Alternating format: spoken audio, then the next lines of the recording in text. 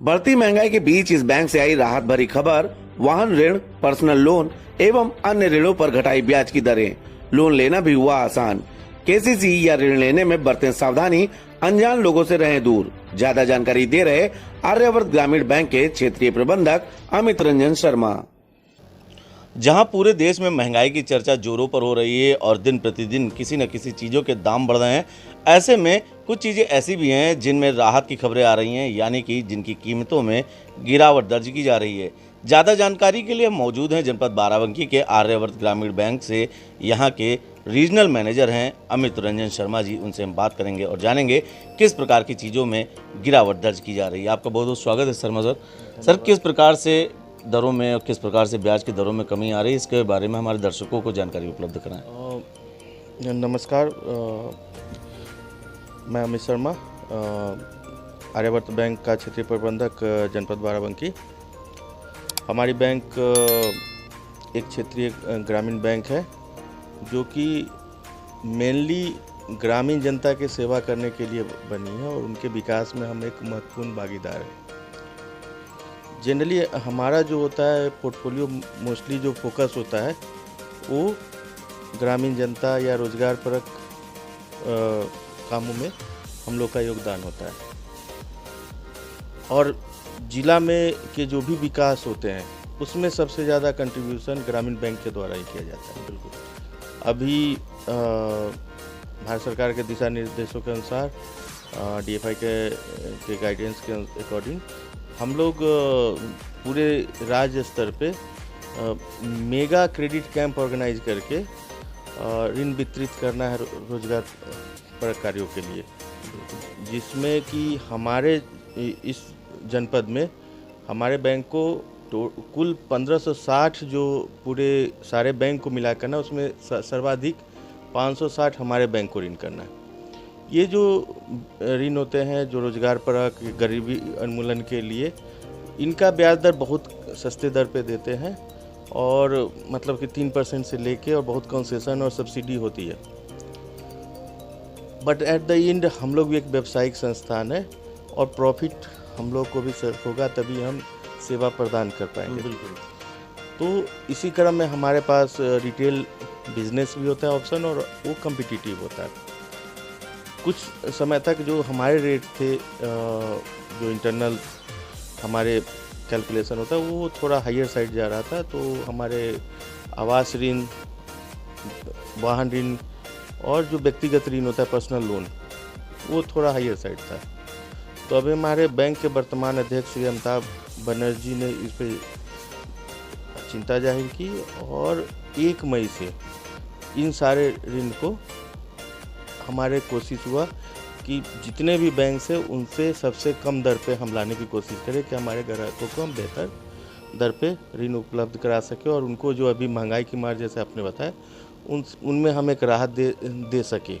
तो अभी जो हमने किया है कि हमारे हेड ऑफिस ने 1 मई 2022 से जो निर्देश दिया है, उसके अनुसार जो अब हमारा आवास ऋण होगा वो 6.50%, 6.5% पे अवेलेबल होगा। अपने दर्शकों को यहाँ पर बता दें कि इस वक्त प्रबंधक साहब उन विभिन्न प्रकार के ऋणों के जो उनके ब्याज दरों में गिरावट की गई है, जो उनमें कमी की गई, उसके बारे में जानकारी देने जा रहे हैं। जैसे आवास ऋण होता है, अन्य प्रकार के ऋण होते हैं, इसके बारे में पूरा ब्रीफ करके हमारे दर्शकों को कृपया जानकारी दे दें।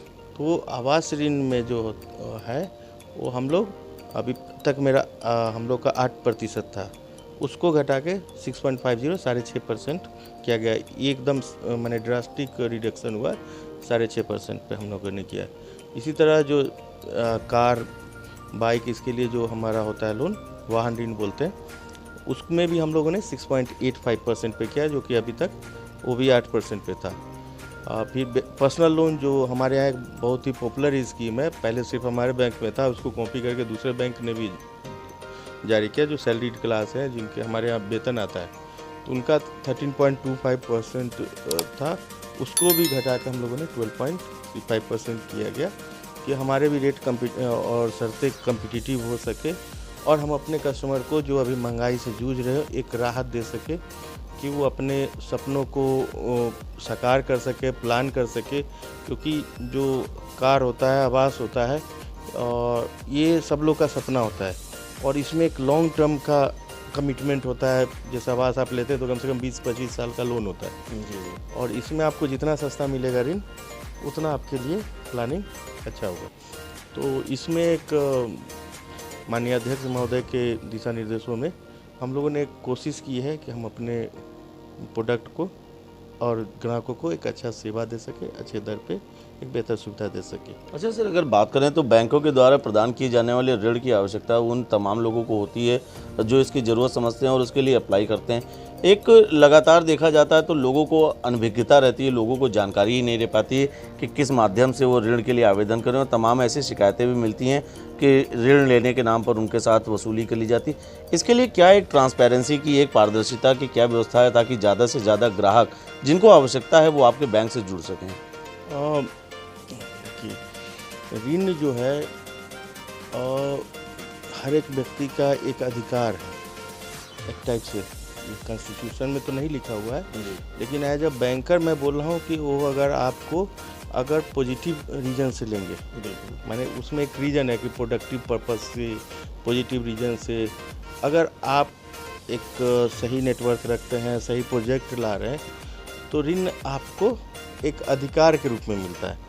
तो किसी को रिफ्यूजल करने का सिर्फ ये नहीं होता है चॉइस कि हमको मन नहीं है आपको ऋण देने का, तो गलत में होता है कि बीच में लोग, जो मिडिल चैनल होता है, वो बरगलाने के द्वारा वो इसके भ्रम के कारण वो शिकार हो जाते हैं भ्रष्टाचार के। अदरवाइज जो हमारे चैनल से डायरेक्ट अगर करते हैं मैंने तो, और अगर वो एलिजिबल हैं कि आपके पास सही जो भी जैसे अब खेती के लिए आपको लोन चाहिए, जो केसी सबसे पॉपुलर है, तो आपके पास खेत है, कहीं के डिफ़ॉल्टर नहीं है, खेती कर रहे हैं, तो आपको कोई मना नहीं कर सकता कि हम आपको लोन नहीं देंगे। तो दिस इज़ योर राइट।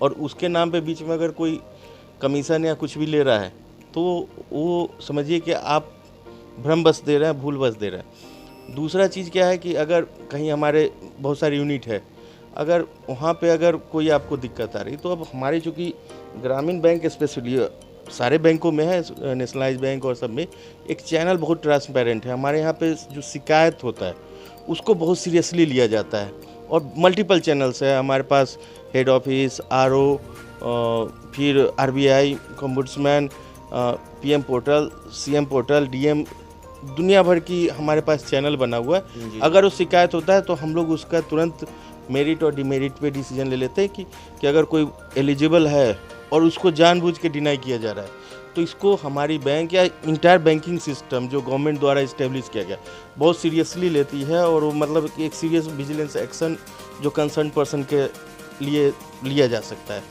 हाँ, चूँकि आज के डेट में काम का जो बोझ है इसमें थोड़ा बहुत डिले हो सकता है, बट हमारे तरफ से कोशिश होती है कि संभवतः यही जो डिले होता है, इसी का जो बीच के ब्रोकर की बात आप कर रहे हैं, वो लोग इसी का संभवतः फ़ायदा उठा लेते हैं। नहीं, मतलब कि अब ठीक है, जिसको मैंने वो हमेशा लगता है कि वो ऐसा क्रिएट कर देते हैं कि हम करवा देते हैं, जो मैं ग्राउंड रियलिटी बताता हूँ वो ऐसा क्रिएट कर देते हैं। बट ऑब्वियसली अगर हमारे पास 10 प्रपोजल है तो उसका एक टाइम होगा, और हम लोग एक क्वेश्चन भी करते हैं कि हाँ ठीक है, आपकी एप्लीकेशन किस डेट की है।